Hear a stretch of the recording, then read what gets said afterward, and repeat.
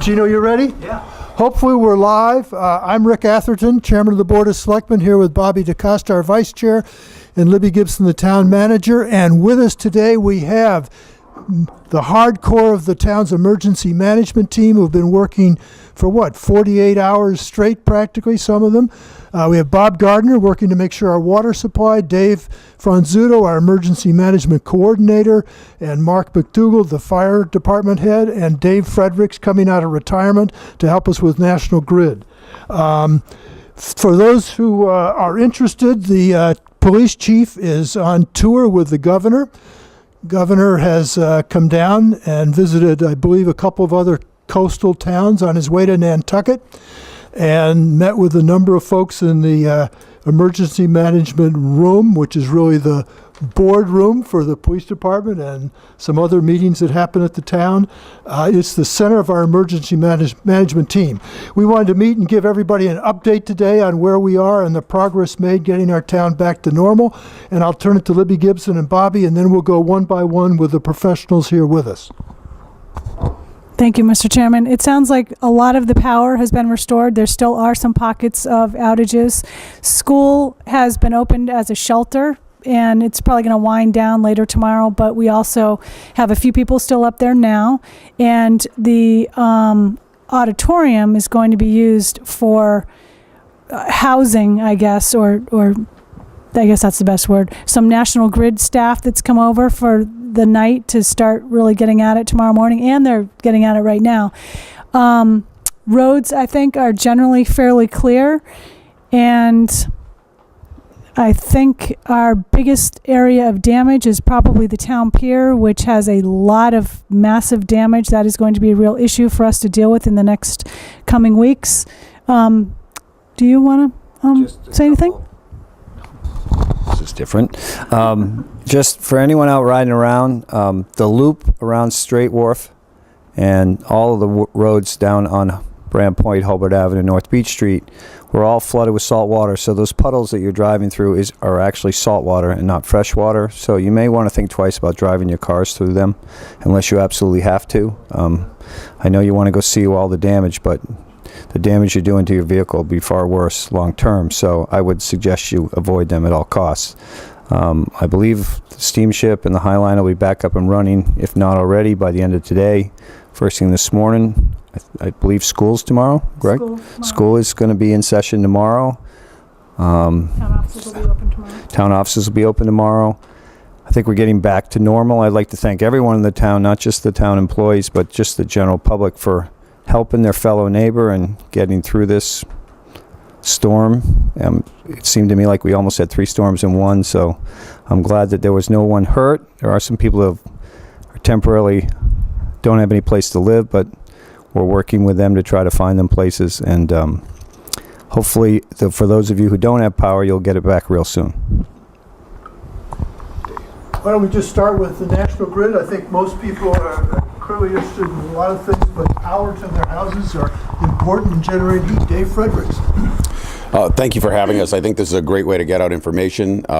Presently, we have on paper about 2,600 customers that are out, but at the same time, we have about 60 crews that are out there restoring power, so that number is getting smaller as we speak.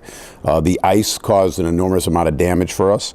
Our goal here is that by the end of tonight, somewhere between 11 and midnight, we hope to be down to the last few hundred customers, and the goal then is tomorrow to scrub everything, and everyone would be on, with the exception of possibly some of the folks at Brand Point.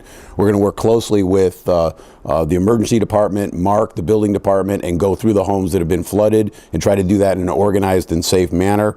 And we'll be holding people, I think, through the weekend to make sure that when we're done here, everything's back to normal. Thank you, David. Mark McDougall, Fire Chief. There's a few things I'd like to take note. First, all the public safety workers. We're pretty busy for the past 24 hours. No one suffered any injuries or anything like that. Majority of the people that we've transported, everybody at this point, has been fairly healthy and turned out all right. Secondly, carbon monoxides. We've been to a considerable amount, 30 carbon monoxide calls. Several of those had high readings that we had to evacuate the people people from. And I just would like all people to check their vents outside to make sure they don't have snow drifts on their vents. Additionally, we have a municipal fire alarm system. There's a lot of businesses out there, boarding houses. They all know the system that they're on.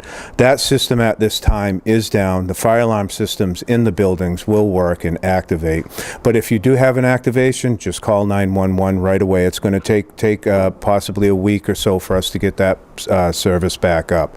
Thank you. Here's Dave Funzuto. Hey, good evening. As everybody said, we've been pretty busy with emergency management, police, fire, and DPW, water company, all the town agencies. Right now, we've got 12 people that we're calling displaced that don't have a place to live, and we're working to find a place for them. At the height of the storm, we had 120 people in the shelter. Red Cross has done a great job for us, and along with the school department. We currently have 30 people in the shelter. We're literally on a case-by-case basis, making sure that those people, before they return to their homes, they make sure they have power, and we're working with the electric company literally on a house-by-house basis. National Grid crews, we have additional crews here. Steamship did a great job, ran extra boats just for us to get the crews over here, along with some additional boats tomorrow for things like hospital supplies, food for the hospital, food for the Stop and Shop, Verizon, AT&T crews. We're making arrangements for all those folks to come over. We're making arrangements to house them. As the town manager pointed out, we're going to be housing we're up to 150 line crews at the schools, along with feeding them and giving them a place to stay. The Massachusetts Emergency Management folks sent us a shelter trailer on the first boat, and we're going to be using that to stage the shelter, so they have some accommodations. Coast Guard, I'm sure I'm missing somebody, but everybody's done a great job working together, and I appreciate it. Don't hesitate to call us. If you're cold and you need to be extracted, let us know. We'll get you out of there. We'll get you help. We'll get you a place to stay. And we're hoping this winds down soon. Thank you. And the water company, you're mostly underground, Mr. Gardner, but you had a few events? There's a lot to be said for underground. Although yesterday, the fate would have it, we had a water main break on Salveros Road, which was stabilized this morning. But overall, we're in pretty good shape with the whole storm is kind of brought to the forefront how much we rely on technology. And when the technology goes down, you got to do it the old-fashioned way. And the biggest issue the water company has right now is with its instrumentation control system. And National Grid's been great on getting back those key components, but we're still struggling a little bit out in Wisconsin in manual mode, and we ask people to give us a little bit of a help. If you have a fire hydrant in your front yard and the chief may need to use that, take a couple of minutes and shovel it out, because it may be a while before we get there to do it, or the DPW helps us out. But it may come in real handy for yourself or your neighbors. So all in all, we're plugging away, and it makes it a lot easier when you know you're part of a team from top to bottom, that you're not alone. Thank you. Well, hopefully we're on the back end of this storm, and I think we want to thank all our support staff. I know communications during the storm was an issue for a lot of people. Cell phone service was not all that good, and I think that's one of the things we have to think about as a community, how to deal with that and make sure during emergency conditions such as we've had that everybody has a chance to hear what's happening and how to report problems. So that's one concern we have to deal with. I also understand, I'm not a weather guy, but I believe we might well have another storm coming in the first of next week. Hopefully not like this one, but be prepared. And I think anybody at home who's had a problem with this ought to be well stocked with supplies. So, anybody else? I think we all thank you for coming down. Pardon? No, we're good. We're good to go. So, Gino, thanks for coming down for a special telecast on Channel 99, and hopefully this will be live streamed on the town website. Just remind everyone, there is no selectmen meeting tonight. And there is no selectmen meeting tonight. Thank you, Libby and Bobby. Good decision for everybody. All right. And that's it for now. Thank you.